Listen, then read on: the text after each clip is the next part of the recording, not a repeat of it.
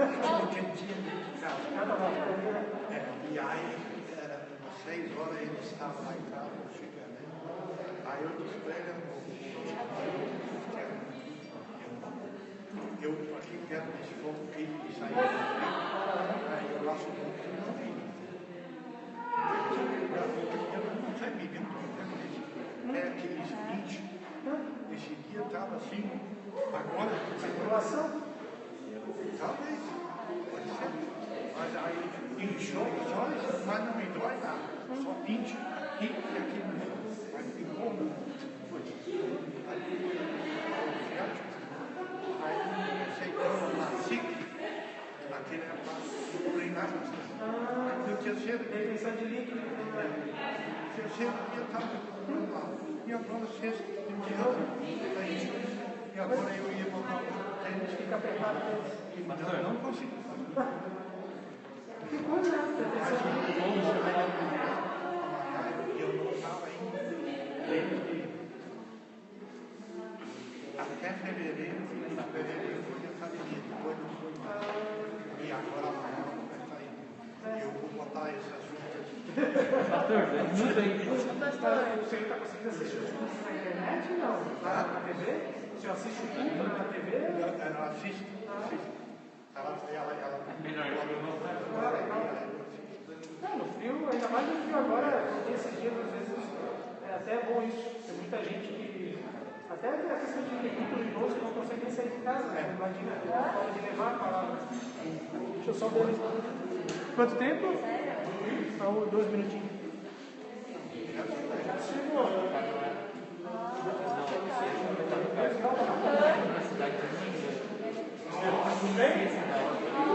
Pessoal, tá. Quando eu for dar bom dia, vai ter pelo menos um pouquinho para dar bom dia.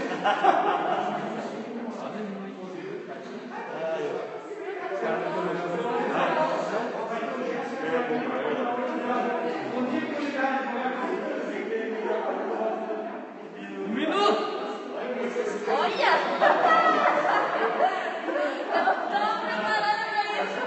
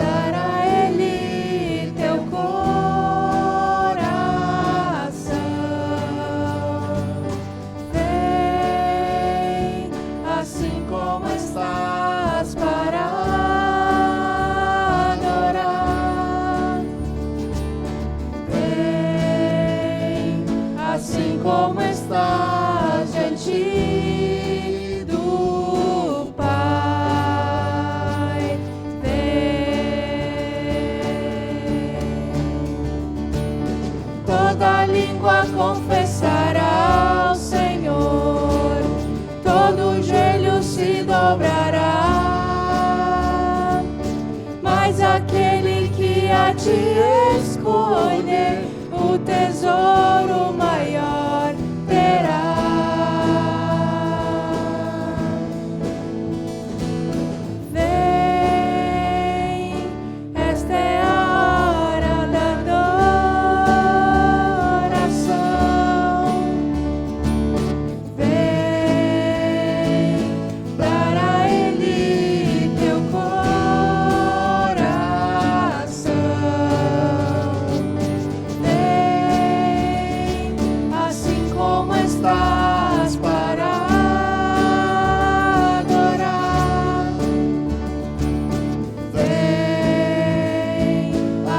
como está diante do Pai.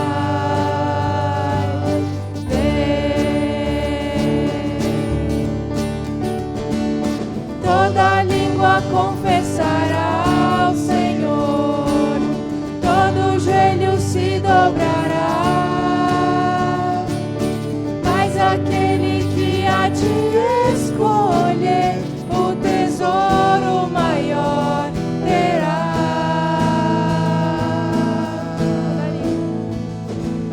Toda língua confessará ao Senhor, todo joelho se dobrará,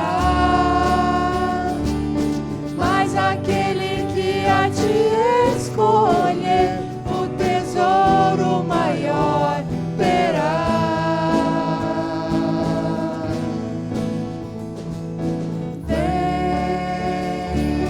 Esta é a hora da adoração.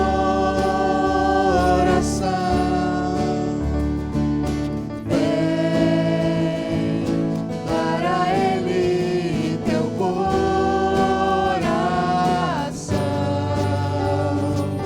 Vem assim como estás para adorar.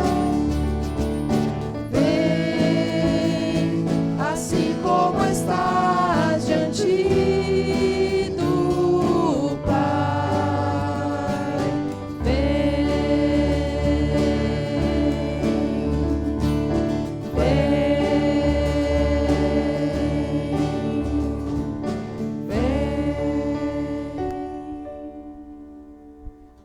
Que bom que a gente pode chegar na presença de Deus nesse tempo de culto. Nós estamos chegando perto do fim de uma série de mensagens que o tema tem sido reconstrução. E eu creio que a maior reconstrução que nós precisamos na nossa vida tem a ver com o que Jesus, o propósito pelo qual Jesus veio a essa terra.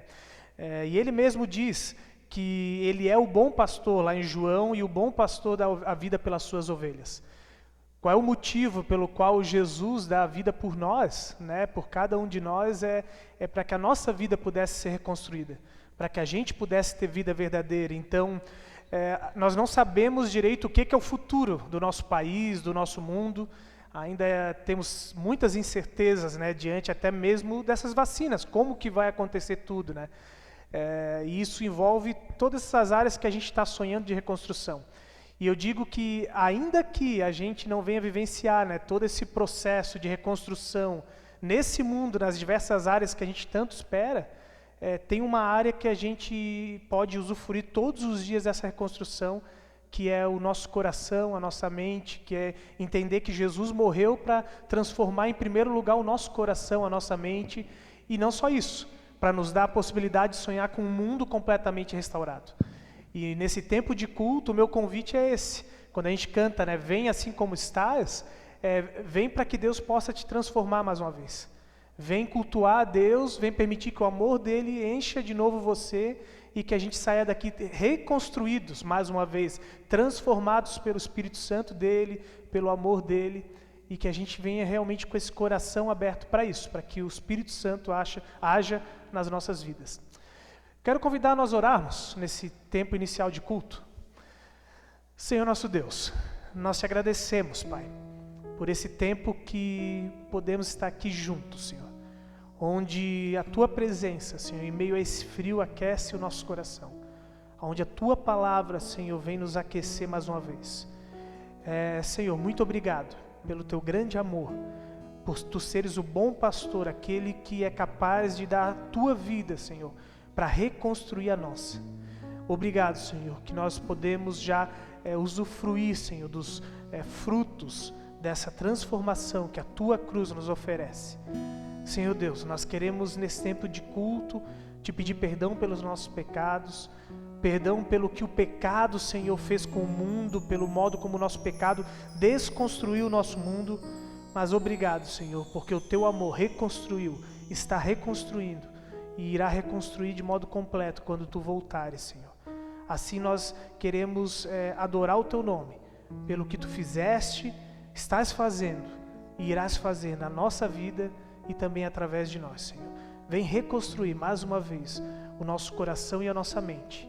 É isso que nós te pedimos, no nome de teu Filho Jesus, nosso Senhor e Salvador. Amém. Vamos ter um tempo de louvor.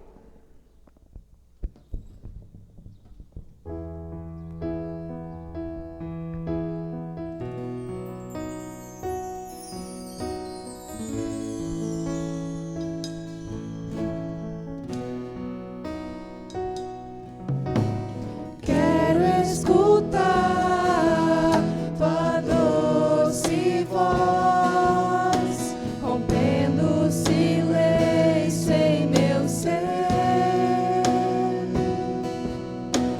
Sei que faria me estremecer,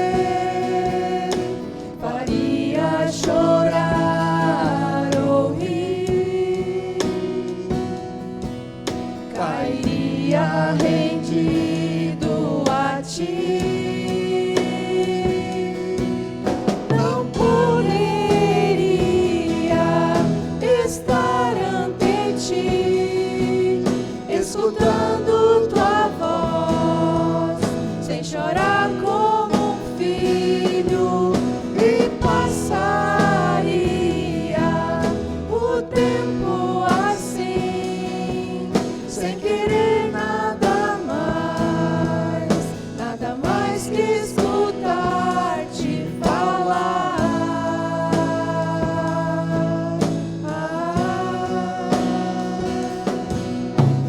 Quero escutar tua doce voz, rompendo o silêncio em meu ser. Sei que faria me estremecer, faria chorar ou rir, cairia rendido a ti.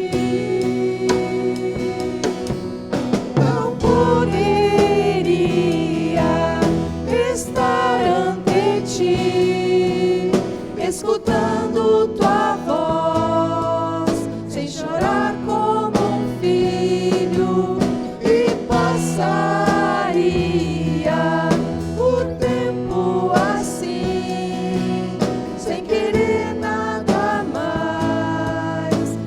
mais que escutar-te falar.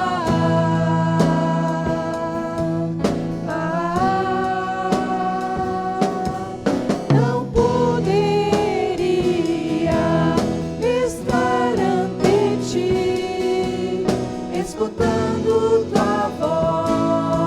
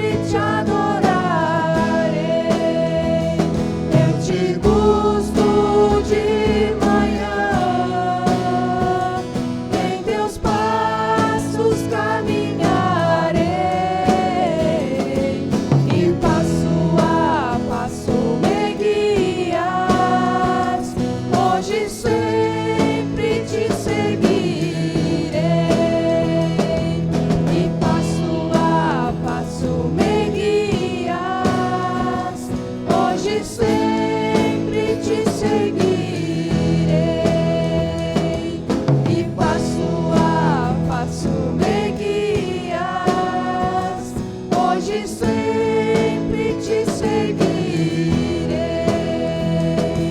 e passo a passo me guias, onde sempre te seguirei.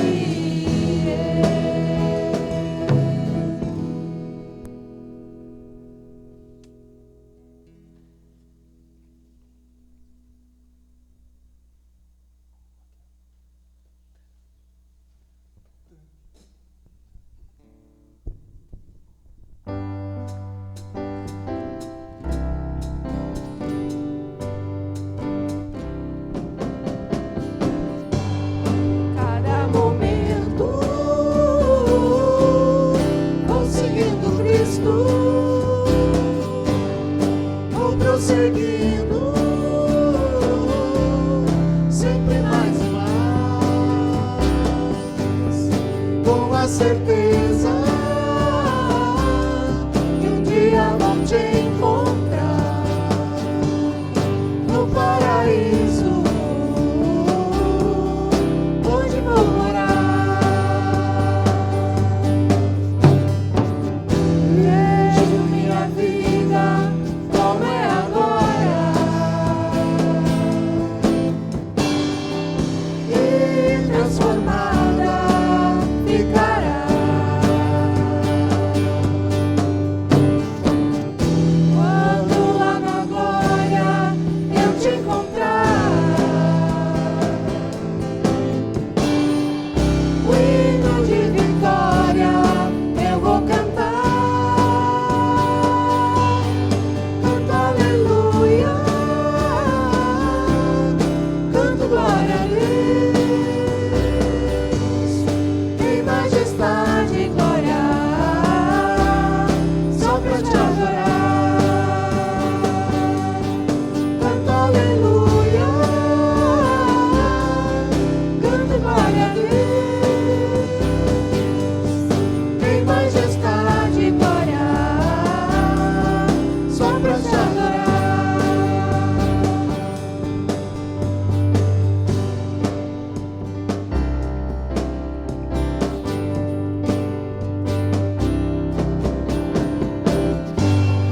Cada momento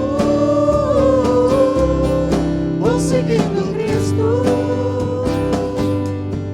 vou prosseguindo, sempre mais e mais,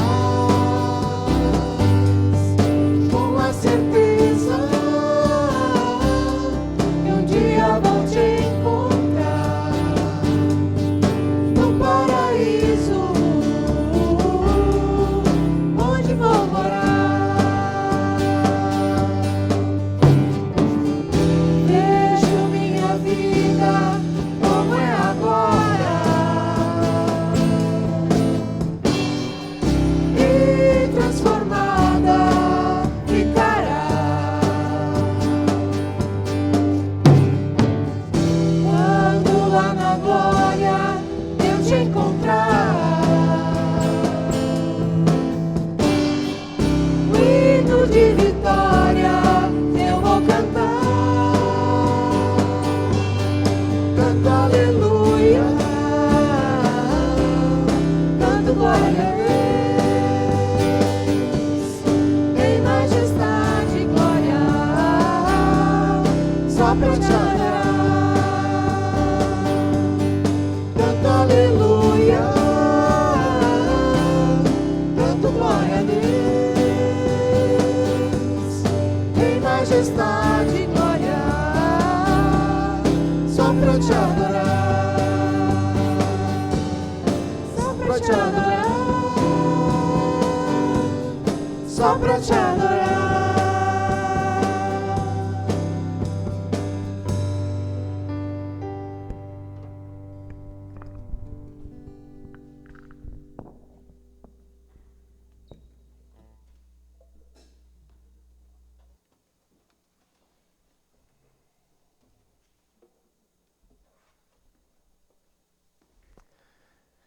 Então, irmãos, nós vamos dar continuidade na nossa série, que a princípio eu tinha me organizado para encerrar hoje a série de mensagens. Mas eu não sei se vocês já enjoaram, espero que não, dessa série. Mas eu decidi que que hoje não vai ser. Então, semana passada eu falei que era a penúltima, hoje, na verdade, que vai ser a penúltima. Porque, enquanto eu estava preparando essa mensagem, eu pensava em seguir um pouco adiante e já ir para alguns capítulos finais, mas eu achei melhor fazer uma divisão ainda de um outro tema que seria interessante trabalhar à parte, e também para não alongar demais, porque geralmente as mensagens dessa série, que o meu intuito era não ser tão longo, estão sendo bem longuinhas, né, as mensagens. Então eu decidi fazer uma divisão e a gente então vai terminar essa mensagem na semana que vem. Bom, hoje então nós vamos continuar falando sobre esse processo de reconstrução e de modo especial nós queremos olhar um outro ponto que se a gente for olhar não somente na época de Neemias, mas olhar também para a nossa época, nós já sempre vivenciamos uma questão da desconstrução da justiça no nosso país. Se nós formos observar de modo especial, nós vamos ver que o nosso país sempre foi marcado pela injustiça, tanto da desigualdade social quanto da corrupção. São duas linhas muito fortes no nosso país, né, de injustiça, que é o fato de que nós somos o 7º país, por exemplo, com maior desigualdade no mundo, e isso tem a ver a diferença entre ricos e pobres. Então, nós, entre todos os países que existem no mundo, nós somos o 7º com maior desigualdade. Isso, antes da pandemia, nós já éramos isso. A outra questão, então, tem a ver com a própria corrupção, que nós também, há anos e anos, talvez, se a gente for lembrar, na verdade, desde a história do início do nosso país, já é dito que a corrupção já estava, né? Quando os portugueses chegaram no país e como foi colonizado o país, a corrupção faz parte. Mas o fato é que se nós já vivenciávamos uma realidade de injustiça complicada, nós vamos olhar diversas pesquisas têm apontado para o fato que a desconstrução tem sido ainda maior em relação à justiça no nosso país pós-pandemia. Eu não sei se vocês chegaram a pesquisar alguma coisa, mas diversas matérias desde o ano passado começaram a surgir em relação a essas duas áreas, tanto da questão, né, da desigualdade social quanto da questão da corrupção. Por exemplo, uma matéria que tem na internet do ano passado, na revista Veja, ela vai falar a respeito do quanto que a crise da desigualdade social se ampliou no Brasil e no mundo. E eles vão dizer nessa pesquisa que, em relação ao nosso país, que pós-pandemia, 1% da população mais rica do Brasil é 85 vezes mais, né, tem uma renda 85 vezes maior do que a média dos 50% mais pobres do país. 1% de toda a população rica do país, eles têm renda 85 vezes maior do que a renda média de 50% dos mais pobres do nosso país. Isso é um efeito pós-pandemia que eles têm previsto. Por exemplo, em relação à corrupção, e aí a gente vai ver também a desconstrução que o nosso país está passando, porque eu acredito que a grande maioria de nós esperava passar pela pandemia no início e esperava que a coisa iria melhorar. Nós achávamos talvez que nós iríamos viver uma sociedade mais humana, mais relacional, muito mais altruísta, né, diante das dificuldades que a gente estava esperando enfrentar e que enfrentamos até os dias de hoje. Talvez a gente esperava, né, que finalmente a parte do nosso sistema de saúde iria ter investimentos a ponto de a gente dizer, e eu mesmo era um dos que falava lá em casa, bom, pelo menos depois que a pandemia passar, nós vamos ter respirador e UTI de sobra aí. Não vai ser mais problema isso no nosso país. Só que, conforme a gente está vendo a pandemia avançar, na verdade, a desconstrução da corrupção piorou no nosso país. Né? A coisa avançou ainda mais, porque tudo que a gente tem ouvido falar de corrupção, por exemplo, há duas coisas que eu achei interessante em matérias, uma da revista Veja e outra da revista Época. Na revista Época, eles vão falar a respeito de uma cidadezinha da Paraíba, onde a prefeitura, no início da pandemia, resolveu fazer panfletos para poder comunicar como lidar com a pandemia, né, com o vírus em si.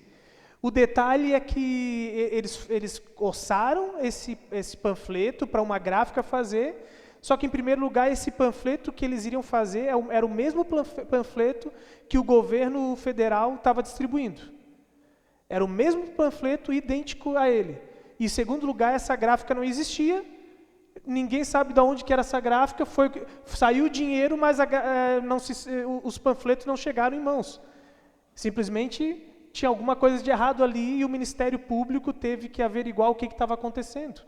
Um outro caso bem próximo de nós, né, de corrupção, foi o caso dos respiradores em Santa Catarina, onde lá o governo do estado comprou um monte de respirador que nunca chegaram e pagaram adiantado por esses respiradores. E está até hoje tentando se resolver isso, o governador foi absolvido, mas tem pessoas ainda que vão ser julgadas em relação a esse caso, sem saber o que vai acontecer, nem se o dinheiro realmente vai voltar um dia. Milhões e milhões que se esperava investir para que houvesse retorno, e tá lá sendo esperado. E provavelmente, né, é claro que a gente não vê tanto a mídia falando da corrupção, mas provavelmente casos não faltam. A gente vê os governadores aí em vários estados sendo averiguados pelo Ministério Público, pela Polícia Federal, por muita corrupção que aconteceu em meio à pandemia.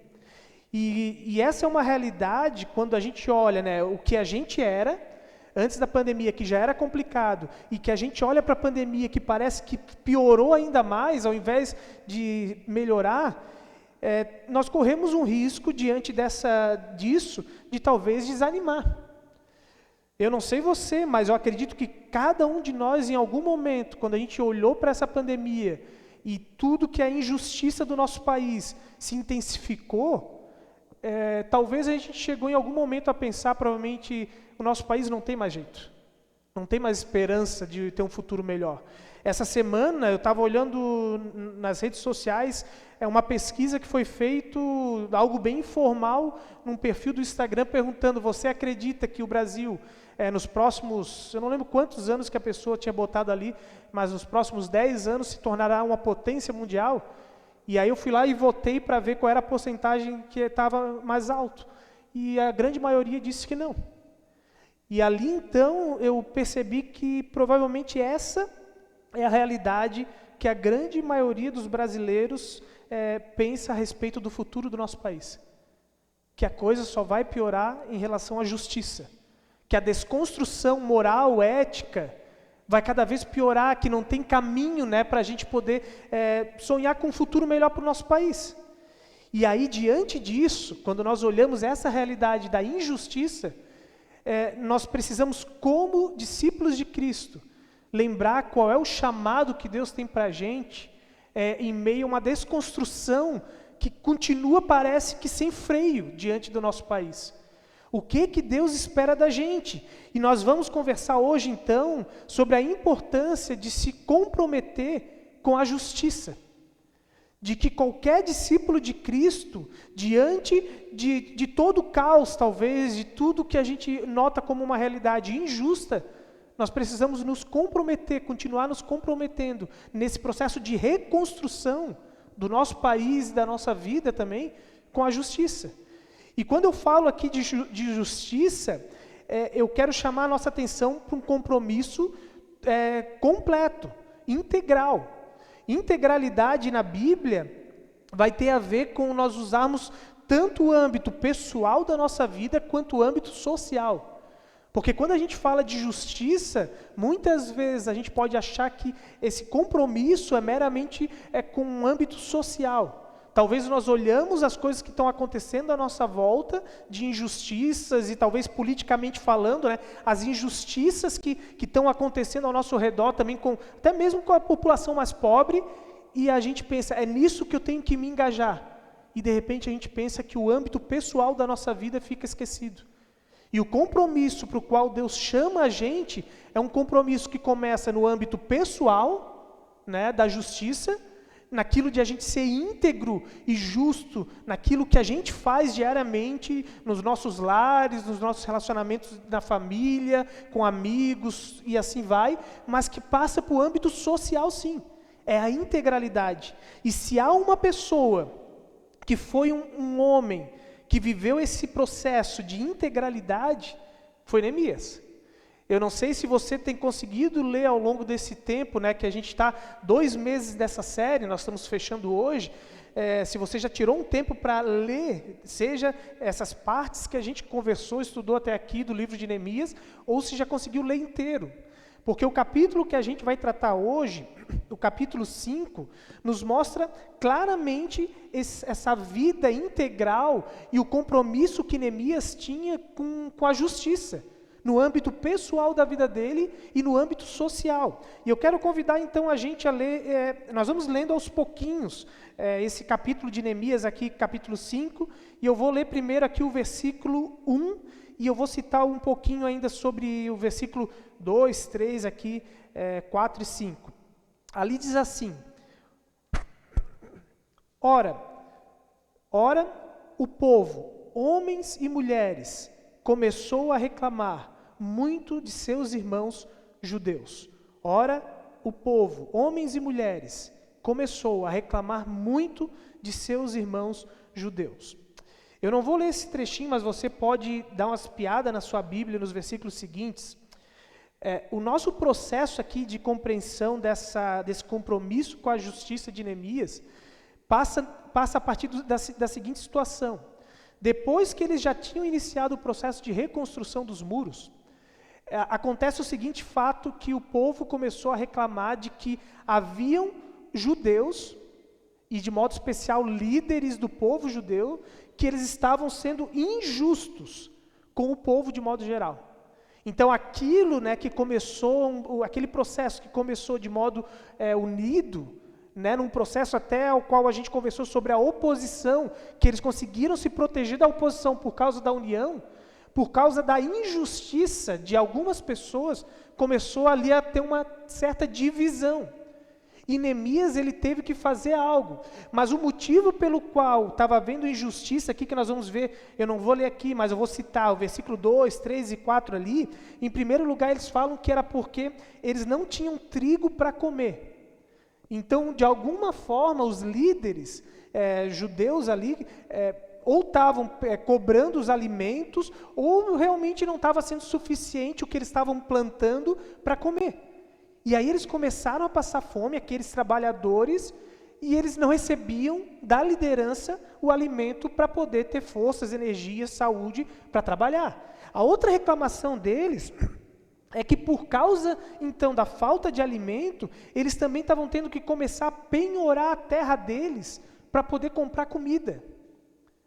Então, na medida que começou a faltar alimento, eles tinham aquela terra que talvez alguns que já tinham ficado antes do exílio da Babilônia, quando o exílio da Babilônia acontecer, alguns talvez tinham ficado em Jerusalém, outros quando voltaram, conseguiram voltar para suas terras, mas ali não adiantava nada, então eles começaram a vender para os líderes de Israel as suas terras, né, como uma promissória.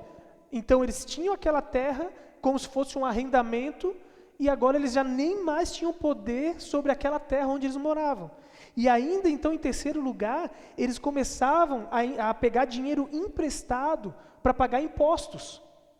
Então, eles não tinham comida, eles tinham vendido as suas terras, e eles agora tinham que começar a pegar dinheiro emprestado para poder pagar os impostos que os líderes de Israel continuavam cobrando deles, que eram pessoas que estavam fazendo um trabalho nobre.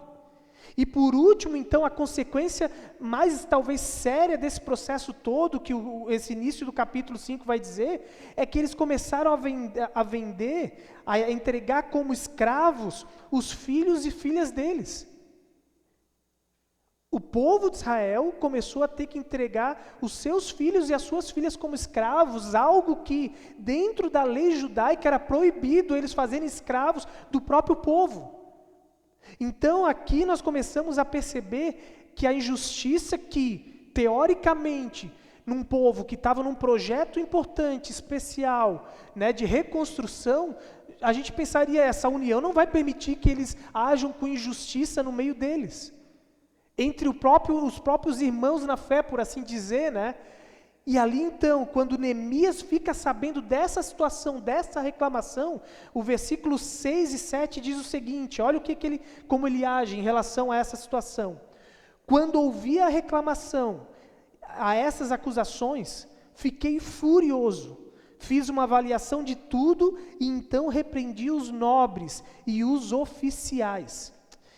Aqui eu quero chamar a atenção para as atitudes que Neemias tem e que de alguma maneira é um pouco das atitudes que nós também deveríamos ter nesse compromisso perante a justiça do nosso país e do nosso mundo, por assim dizer. Porque olha quais são as atitudes que Neemias tem quando ele fica sabendo dessa situação. Em primeiro lugar, é algo que quase se repete nesse processo da vida de Neemias, desde o início, quando a gente começa a conhecer, né, essa carta aqui, lá no capítulo 1, que a primeira atitude que é dita aqui, quando eu ouvi a reclamação e as acusações. E aqui então nós vamos ver que esse ouvir de Neemias entra de novo num processo, acima de tudo, que não é meramente ouvir que está acontecendo alguma coisa e não dar bola, mas é perceber que existe uma situação. Neemias, ao longo de todo o ministério dele, de todo o chamado dele, ele foi alguém que dava muita atenção àquilo que as pessoas falavam. Ele realmente ouvia elas com atenção, preocupado em entender, em perceber o que estava acontecendo. E se a gente pensa, né, ao longo da Bíblia, na verdade, o nosso Deus é um Deus que ele dá atenção com todo carinho, de modo todo especial. Quando a gente olha, por exemplo, o processo de saída do povo de Israel do Egito para a Terra Prometida, qual foi o motivo que fez com que eles pudessem sair do Egito para a Terra Prometida? É que lá diz, no livro de Êxodo, que Deus atendeu, ele ouviu o clamor do povo que estava sofrendo como escravo. Deus ouviu. De novo, não é um ouvir no sentido de como muitas vezes a gente fica ouvindo as pessoas reclamando, mas nem dá bola para aquilo que está sendo falado. Quando Deus ouviu, aquilo mexeu com ele deu atenção, ele percebeu que tinha uma causa ali.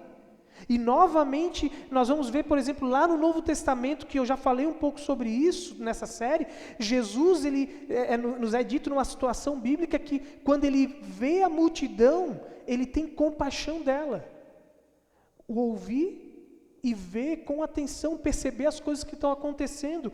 E de novo, se Neemias aqui nessa situação, no processo de reconstrução, talvez ouvisse essas coisas, mas não percebesse que era uma causa importante, a qual agora ele precisava se dedicar em meio a esse processo de reconstrução, talvez esse processo teria acabado em mais um momento ali. Assim como na oposição, se ele não tivesse dado bola e feito algo, poderia ter acabado o processo de reconstrução. Também quando nós lidamos com as injustiças do nosso país, com as injustiças que acontecem no nosso meio, na nossa família, nas nossas comunidades, nos nossos relacionamentos, se a gente não dá bola, não ouve o que está acontecendo, e isso pode destruir o nosso processo de reconstrução. E quando Neemias, então, ele ouve aquilo, o processo em seguida que é falado aqui nesse texto bíblico é que ele fica indignado. Um pouco talvez diferente, mas muito semelhante àquilo que nós vimos também no capítulo 1, na medida que ele vê pessoas, né, falando que estão sendo injustiçadas, ele fica indignado, não com as pessoas que estão reclamando, mas a indignação dele é em relação àquelas pessoas que deveriam estar agindo com justiça. Talvez o texto não deixa claro, mas o mesmo sentimento que fez ele sair da Pérsia para ir até Jerusalém para reconstruir o muro, que foi a compaixão, que fez ele se assentar e chorar durante dias. Provavelmente ele teve compaixão, mas que o que fez ele se mover em direção a fazer algo para ir a Jerusalém foi a indignação. Também aqui a gente vê surgindo de novo na vida dele, diante da injustiça, a indignação. Perceba como Neemias teve a capacidade de se indignar. E da mesma maneira eu pergunto, será que quando nós olhamos para situações de injustiça que surgem no nosso meio, a gente ainda tem a capacidade de se indignar? Será que a gente ainda fica indignado quando a gente olha em meio à pandemia, tantas coisas acontecendo? E quando a gente fala até mesmo do observar, do ouvir e ver as coisas, aqui o risco é de a gente querer se afastar dessas informações. Mas na medida que eu fico indignado, eu preciso aprender com o terceiro passo que Neemias dá aqui, que foi o passo de refletir. O texto bíblico diz da seguinte forma, de novo, eu fiquei furioso, indignação, e eu fiz uma avaliação. Quando nós olhamos, Neemias falando aqui de avaliação, eu não sei o que lembra vocês, mas aqueles passos que Neemias deu para poder tomar atitude, né, a escolha de poder saber o que fazer em relação a Jerusalém, e o que estava acontecendo quando ele ouviu de Anani, praticamente estão se repetindo aqui de novo. Ele pega agora e começa a avaliar a situação e se perguntar o que eu tenho que fazer em relação a isso. O que eu preciso fazer? E de novo eu imagino Neemias aqui, talvez orando e planejando, pensando os passos que ele poderia dar. Para que aí então, em quarto lugar, nós vamos ver que Neemias, ele age. Porque é dito ali, então eu repreendi os nobres e oficiais. Então eu repreendi os nobres e oficiais. Então, olha os passos que Neemias dá. Ouvir, se indignar, refletir e agir. O problema é que quando nós não agimos dessa maneira em relação à injustiça do nosso mundo e das coisas que acontecem na nossa vida, por exemplo, se a gente falha, a gente pode de repente perceber que tem coisas acontecendo, nós podemos talvez até mesmo, né, de alguma forma pensar, eu estou indignado com a situação, eu posso refletir o que eu preciso fazer, onde é que está o problema, mas eu corro o risco de me omitir, de ficar omisso. Muitas vezes o que a gente vê acontecendo também no meio cristão é isso. A gente fica indignado com a situação do nosso país, a gente fica indignado com a situação das nossas cidades, nós ficamos indignados com as coisas que têm acontecido talvez nas nossas famílias, na nossa igreja, mas a gente se omite de fazer algo, porque talvez a gente tenha medo de conflito, porque a gente tem medo de se incomodar.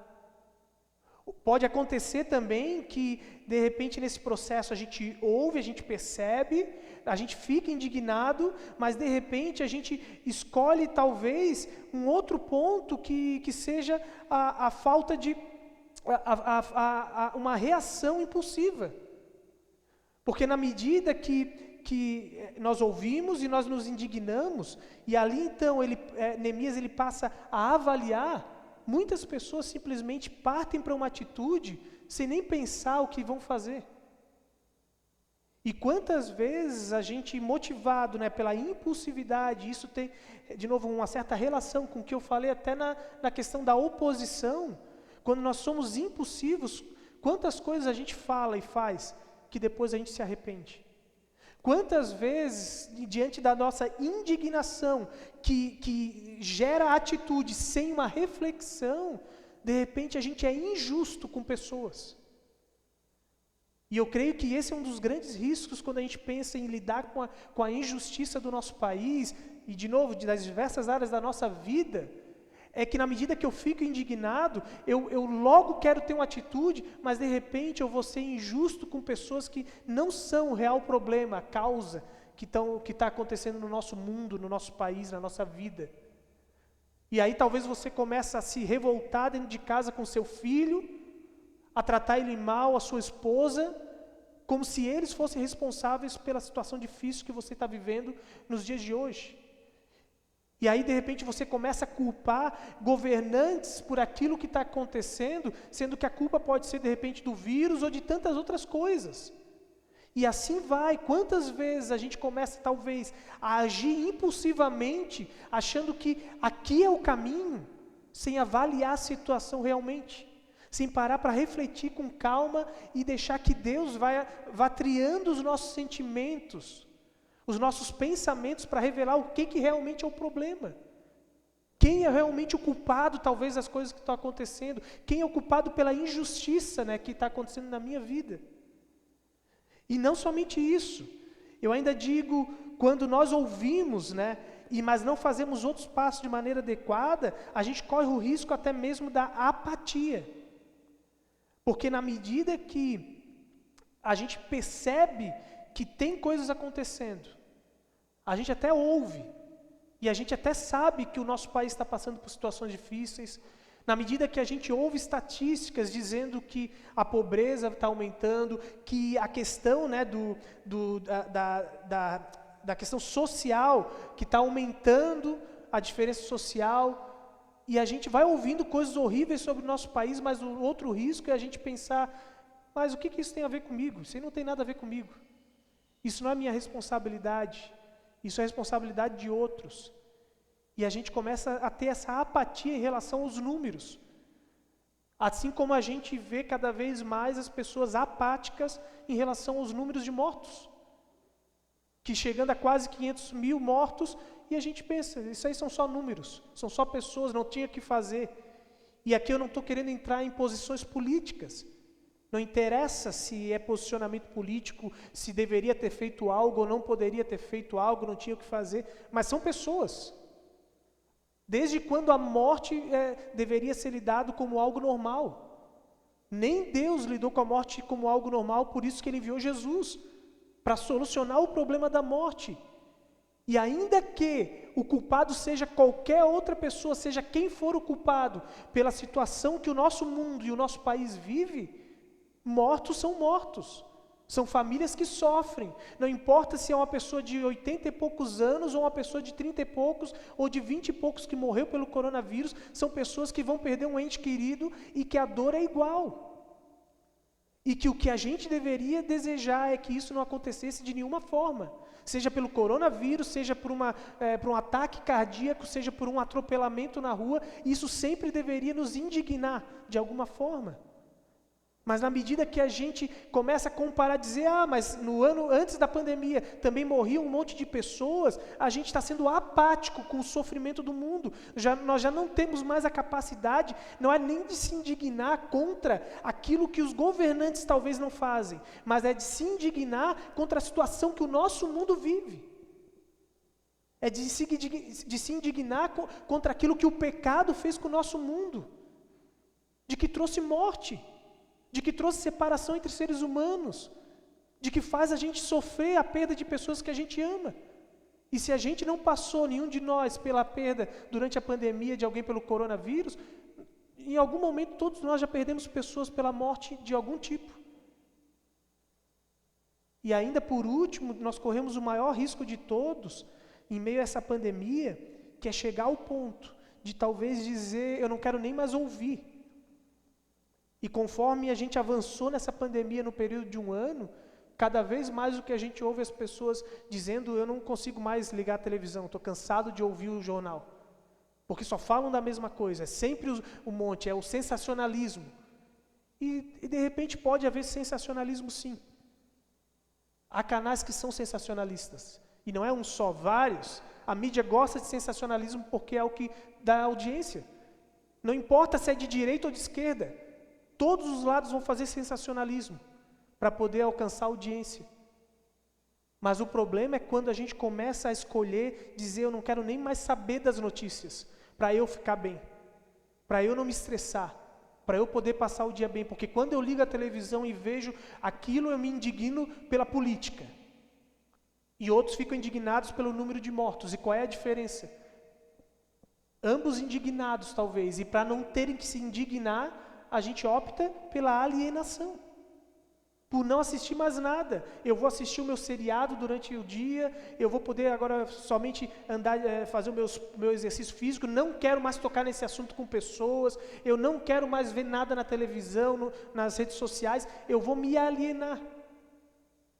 Mas agora pense, se Neemias tivesse optado por isso, o que teria acontecido?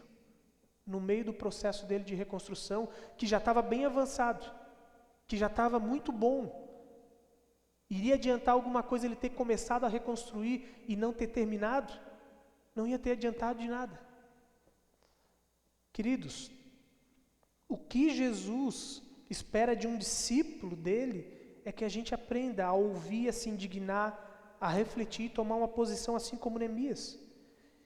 E aqui eu quero citar um pastor famoso e que não é lembrado muitas vezes como pastor porque ele foi líder de um movimento antirracista nos Estados Unidos, que é Martin Luther King, que ele disse a seguinte frase: chega um momento em que nós temos que tomar uma posição que não é nem segura, nem política, nem popular, mas que deve ser tomada porque a consciência nos diz que isso é certo.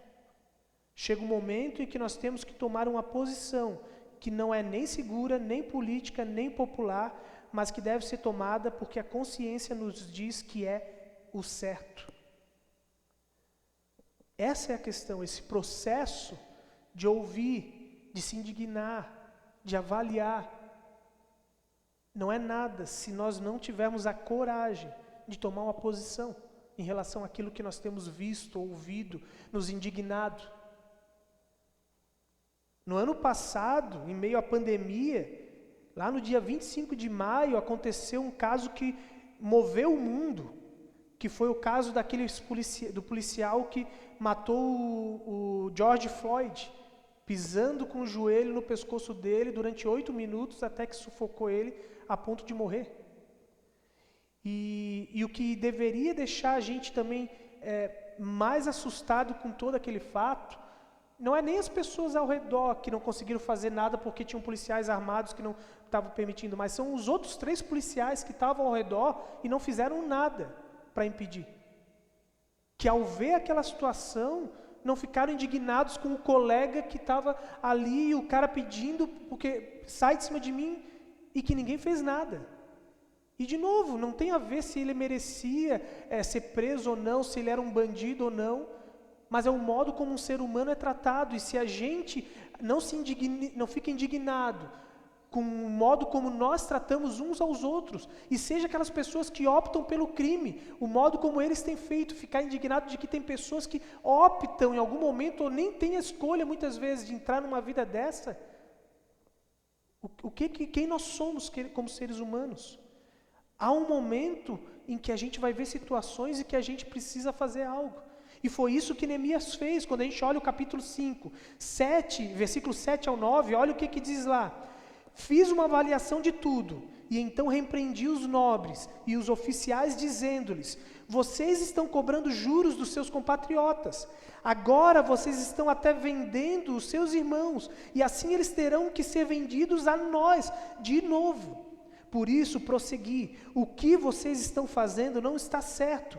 Vocês devem andar no temor do Senhor para evitar a zombaria dos outros povos, os nossos inimigos. Queridos, uma fé que não tem implicação na vida pessoal e social não é fé verdadeira. E Neemias, quando ele olha aqui, ele repreende aquelas pessoas. Ele repreende em primeiro lugar dizendo: olha, vocês que se dizem tementes a Deus, mudem de atitude então por temor a Ele. É isso que ele alerta em primeiro lugar. Se vocês se dizem cristãos, é isso que ele falaria hoje, se vocês se dizem como pessoas que temem a Deus, como vocês conseguem olhar as coisas que estão acontecendo, as injustiças, e não fazerem mudança? Como podem vocês serem até responsáveis pelo que está acontecendo no mundo? Como vocês podem ser aqueles que estão causando injustiça? Porque é isso que ele está dizendo para os líderes judeus, aqueles que temiam a Deus. Vocês é que estão causando injustiça, tanto pelo agir quanto pela omissão. A omissão também é responsabilidade. Quando eu sei que algo tem que ser feito perto de mim, próximo de mim, eu não faço, é minha responsabilidade o que está acontecendo ali. E ele diz: porque vocês não temem a Deus, as pessoas estão zombando de Deus. De certa maneira é isso que ele está falando aqui. Mudem de atitudes para que as pessoas não zombem de Deus. E quantas vezes a gente tem olhado ao longo dessa pandemia a própria questão, e não só agora, mas antes também, o modo como nós cristãos agimos, e que nós somos frutos de injustiça no meio político e social muitas vezes, nos beneficiando muitas vezes de caminhos, de contatos às vezes políticos e etc, para sermos beneficiados. E depois as pessoas saem falando da gente, olha só, aquele cristão lá, agindo dessa maneira corrupta, tantas vezes. Mas o que Deus espera da gente, Jesus mesmo vai dizer em Mateus 5,16, assim brilha a luz de vocês diante dos homens, para que vejam as suas boas obras e glorifiquem ao Pai de vocês que está nos céus. O que Deus espera da gente são boas obras, são atitudes corretas, em que na medida quando a gente tiver no dia a dia, tudo aquilo que a gente faz, as pessoas vêm dizer, louvado seja Deus por haverem pessoas como essas, que não ficam esperando que os outros façam, mas que elas tomam atitude. Louvado seja a Deus, e eu reconheço que Deus é verdadeiro, porque olha o que Deus fez na vida dessas pessoas. Esse é um Deus verdadeiro, a Ele eu quero servir. E a gente deveria lidar como Neemias, que não teve medo de corrigir e de agir diante da injustiça, não importando que tipo de pessoas ele estava lidando. Tudo bem que Neemias tinha um cargo de importância ali, autoridade, mas isso não deveria ser motivo, porque ele não tinha proteção diretamente do rei naquele momento. O rei não estava ali perto dele para proteger a todo momento. E Neemias aqui confronta em primeiro lugar as autoridades. Olha a coragem dele, eles poderiam se revoltar contra ele e prender ele.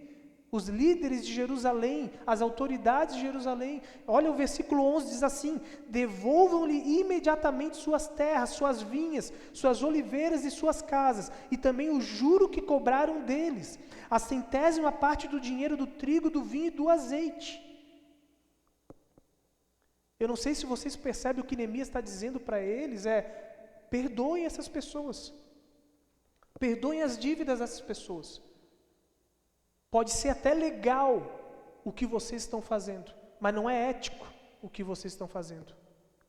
Vocês podem até ter o direito de cobrar dessas pessoas e terem os escravos e ter dívidas com eles, mas não é legal em meio ao momento que nós estamos vivendo de reconstrução. E na verdade o que Neemias está fazendo aqui é uma concretização, um início daquilo que o povo de Israel tinha no Antigo Testamento como o ano do jubileu. O ano do jubileu era um momento que, após alguns anos, depois que alguns anos passavam, todo tipo de dívida naquele ano entre o povo de Israel deveria ser perdoada. Se uma pessoa era escrava, ela deveria ser libertada. Se alguém tinha tomado a terra, ela deveria ser devolvida. A cada tantos anos na história do povo de Israel, acontecia o ano do jubileu. E Neemias então, porque isso foi instituído desde lá do período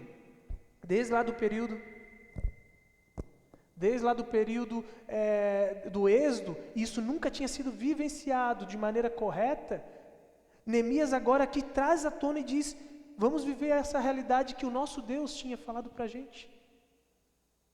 E quando nós lembramos do ano do jubileu, o verdadeiro ano do jubileu foi vivenciado em Jesus.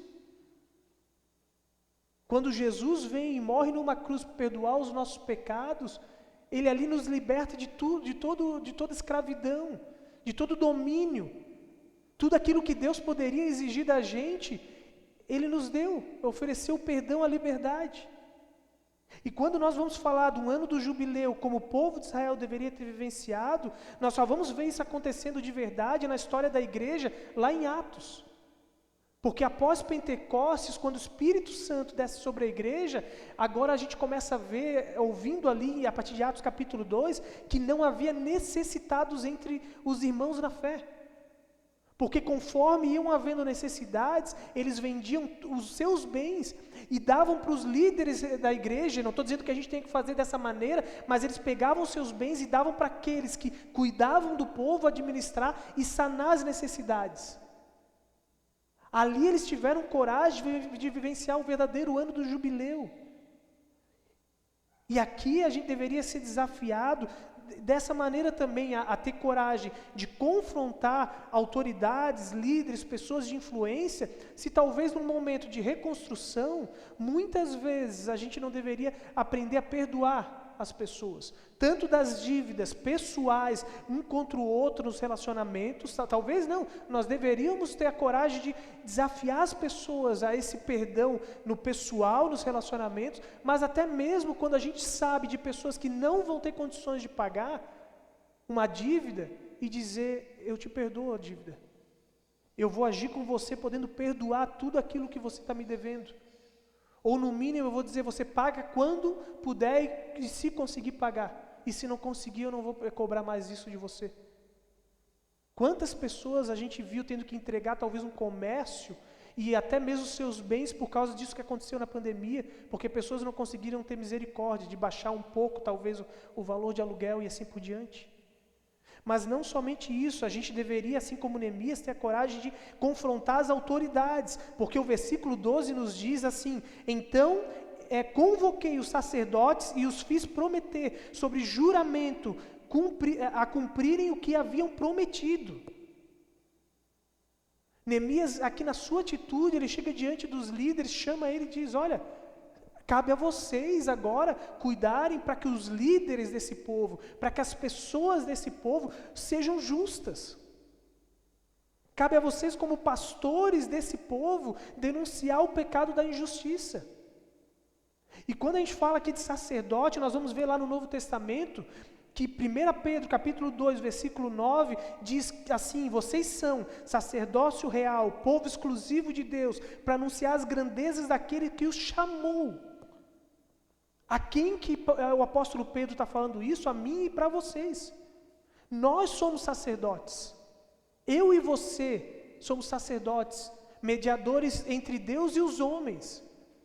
E na medida em que nós vemos a injustiça acontecendo no nosso mundo, nós somos aqueles a quem Deus diz, vocês precisam denunciar o pecado.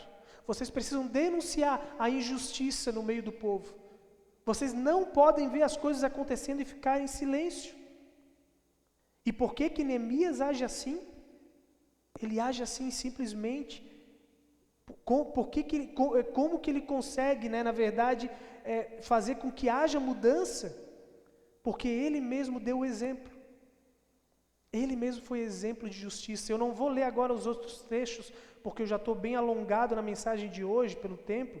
Mas se você continuar lendo os versículos 15, 16 e 17, você vai ver que Neemias, basicamente, ele mesmo vivenciou esses princípios na vida dele.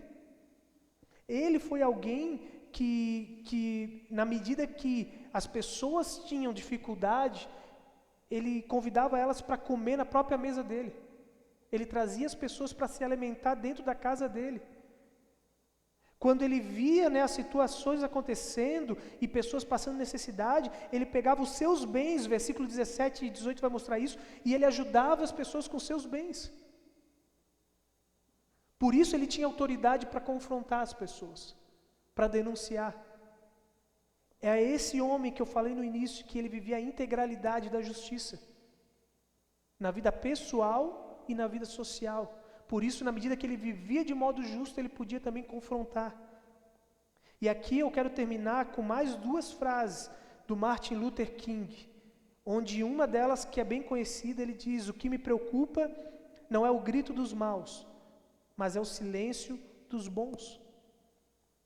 O que me preocupa não é o grito dos maus, mas é o silêncio dos bons. E a segunda, as nossas vidas começam a terminar no dia em que permanecemos em silêncio sobre as coisas que realmente importam. As nossas vidas começam a terminar no dia em que permanecemos em silêncio sobre as coisas que realmente importam. E eu quero parafrasear dizendo o que ele fala aqui, o que mais me preocupa não é a visibilidade daqueles que promovem o mal na sociedade, mas o que me preocupa é a omissão e a apatia daqueles que se dizem discípulos de Cristo no nosso país, mas não fazem nada. Mas não vivem a justiça na sua vida e nem denunciam e nem agem para denunciar as injustiças no nosso país, nas nossas cidades, nas coisas que estão acontecendo. Queridos, hoje eu quero terminar essa mensagem, eu não botei nenhuma pergunta em si aqui, mas eu quero terminar com essa frase. do Martin Luther King, essas duas. As nossas vidas começam a terminar no dia em que permanecemos em silêncio sobre as coisas que importam. A nossa vida começa a terminar no dia, ou a gente poderia dizer, nós deixamos de ser discípulos de Cristo no dia que permanecemos em silêncio sobre as coisas que realmente importam. De que modo isso toca a tua vida? De que modo Deus fala contigo hoje?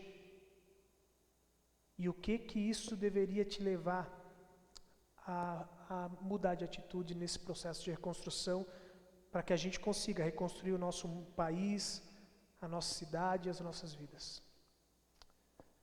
Vamos orar? Senhor nosso Deus, obrigado pela Tua palavra que nos constrange. Acima de tudo, Deus, quando nós lembramos do Teu amor por nós, diante de seres humanos injustos, e que não permite que a injustiça permaneça, e Tu envias o Teu Filho Jesus a essa terra, para morrer em nosso lugar, para fazer justiça em nosso lugar, sofrer a condenação, o castigo que nós merecíamos, e denunciar o pecado para que houvesse transformação. Nós não temos como não ficarmos constrangidos com aquilo que nós temos feito com o mundo, com a injustiça que nós temos feito. Mas obrigado que o Teu amor nos alcançou. E assim a justiça foi feita, e assim a transformação na nossa vida também vai acontecendo.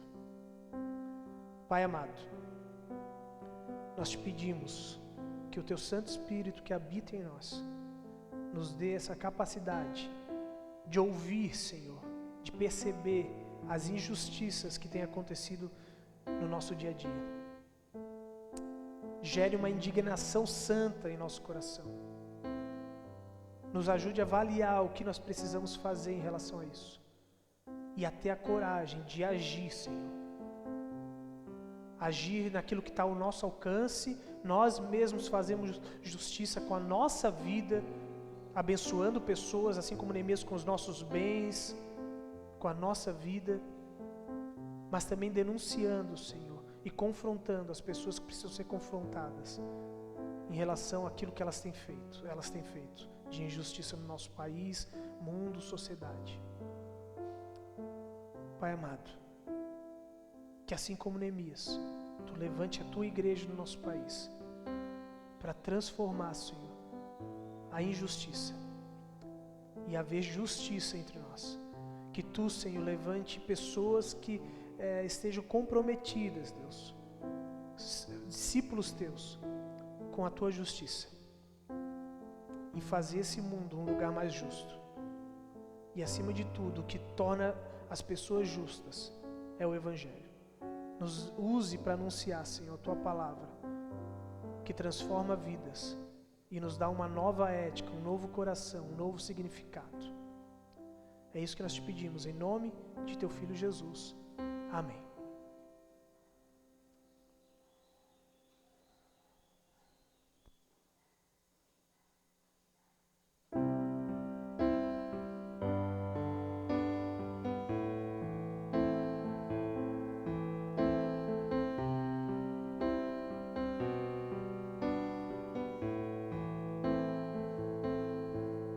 Cada vez que eu abrir a minha boca, cada vez que eu olhar na direção de alguém,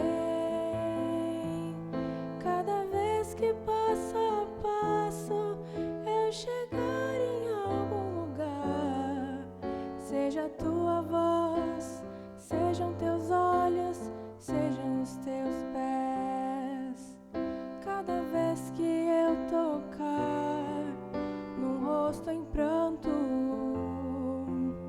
cada vez que eu fizer o que já não se faz, cada vez que em silêncio eu doar a outra face, sejam Tuas mãos, seja seja a tua graça e o teu amor.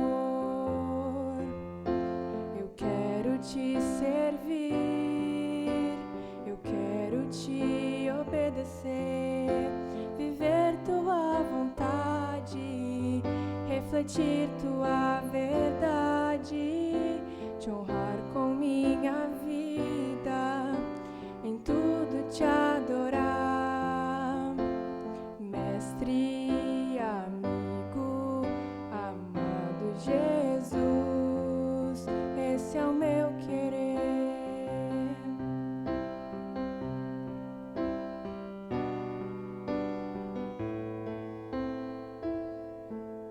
Cada vez que eu tocar no ombro amigo,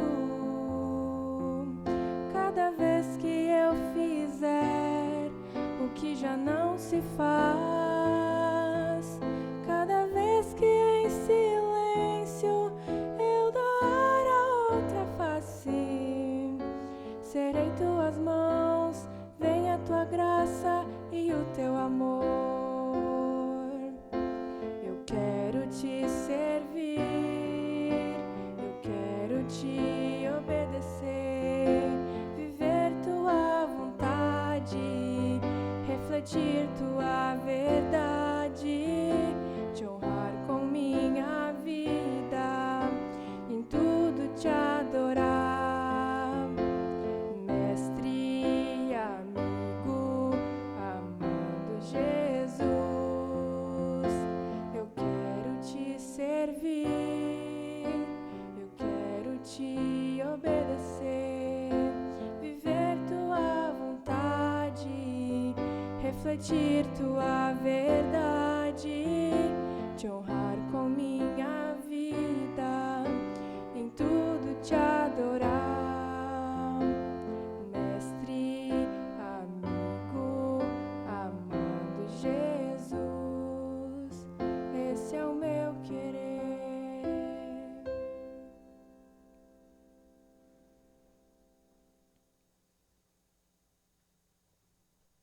Irmãos, então, como eu falei, nós estamos chegando ao fim de uma série. Hoje foi literalmente a penúltimo assunto. E semana que vem, então, nós queremos dar uma olhada um pouco mais para o fim da carta, entendendo o que fazer depois que o processo está completo de reconstrução, ou não tão completo assim, mas depois que Neemias terminou o processo de reconstrução do muro, o que ele ainda exigiu, pediu do povo, né? O próprio povo ali, a gente vai ver, pediu de Neemias, e nós vamos olhar ali, então, os capítulos 7, 8, 9 em diante ali, se você já quiser ler em casa, para poder já ir se inteirando sobre o assunto, e aí nós queremos conversar sobre a importância de consagrar a nossa vida no processo de construção. Então, semana que vem nós temos culto presencial e online às 7 horas da noite. Tá? Então, 7 horas da noite, se o frio permitir, mas mesmo se o frio estiver forte, pode vir no culto presencial, não tem problema. Ainda mais que à noite tem mais um motivo, daí não tem desculpa. Tá bom? Eu quero convidar, a nossa oferta hoje, eu já estava esquecendo, a oferta hoje é destinada para a ISLB, para a Associação Diaconal, Associação Luterana de Diaconia. É uma casa de ações sociais, né, da Igreja Luterana lá no Espírito Santo, que tem projetos de ação sociais. Lembrando do Alfa Jovem também, que a gente já está no segundo encontro, toda sexta-feira online, às 8h30 da noite. Então, se ainda tem alguns jovens que queiram participar, até essa semana ainda dá para participar, porque dá para correr atrás ali de a gente passar as palestras que já tiveram. Aí é tudo curtinho, então dá tempo de recuperar, mas o principal foi perdido, que foi não o principal, mas boa parte dos bate-papos, que são bem legais, vai ser perdido, né? Mas se tem jovens que queiram participar, aí façam contato comigo ou com algum dos jovens aqui para saber como participar durante essa semana, na próxima sexta-feira. Algum aviso, Roberto? Alguém tem algum aviso que lembra? Que eu tenha esquecido? Então é isso, eu quero convidar a gente a ficar de pé, vamos orar mais uma vez, fechando esse culto, pedindo a bênção de Deus. Senhor, nós pedimos a Tua bênção sobre as nossas vidas, pedimos que Tu nos envies, Senhor, para essa semana, com a Tua mão sobre nós, abençoando, Senhor, a nossa missão, abençoando a Tua igreja aqui reunida, tanto de modo presencial quanto online, Senhor, nos nossos lares, em um só Espírito, Senhor. Queremos Te servir, queremos Te obedecer, Deus, fazer a Tua vontade. E queremos realmente refletir, Senhor, ser sal e ser luz desse mundo. Em meio a um mundo que carece de luz, de justiça, nos use, Senhor, como Teu povo, para fazer diferença, Senhor, e honrar o Teu nome, ao invés de envergonhar a Ti. Abençoe a nossa semana, abençoe, Senhor, tudo que nós vamos fazer. Em nome de Teu Filho Jesus. Amém. Amém. Uma abençoada semana e até semana que vem.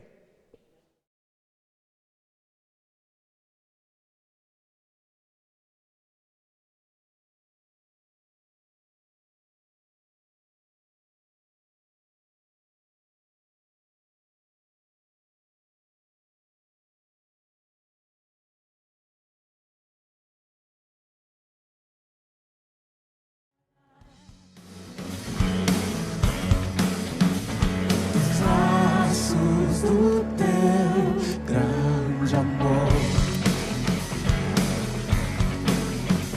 de longe ouvimos o amor que chama, paixão profunda, bondade e graça se derramando. É tão profundo, tão imenso e cobre-nos, é furioso, poderoso e abraça-nos. Só Ele pode devolver a vida aos corações. O Pai que Seu Filho nos deu, o Filho que por todos morreu, em nós derrama amor e graça, nos alcançando. É tão profundo, tão imenso e cobre-nos, é furioso, poderoso, abraça-nos. Só Ele pode devolver a vida aos corações. É tão profundo, tão imenso e cobre-nos, é furioso, abraça-nos. Só Ele pode devolver a vida aos corações, a vida aos corações. Devolve a vida, Senhor, transforma-nos, Deus.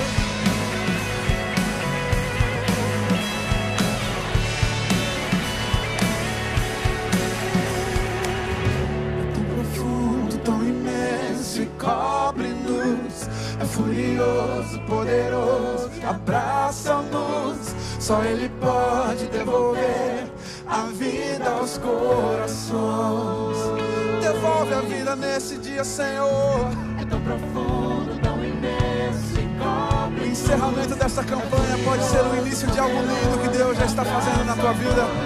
Só Ele pode devolver a vida aos corações.